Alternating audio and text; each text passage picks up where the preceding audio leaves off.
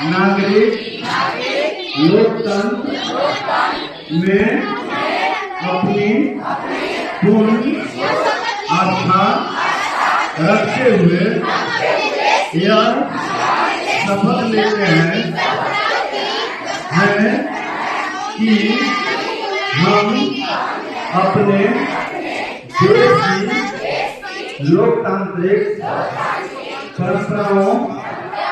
की मर्यादा को नागरिक लोकतंत्र में अपनी पूर्ण आस्था रखते हुए यह शपथ लेते हैं कि हम अपने देश की लोकतांत्रिक परंपराओं की मर्यादा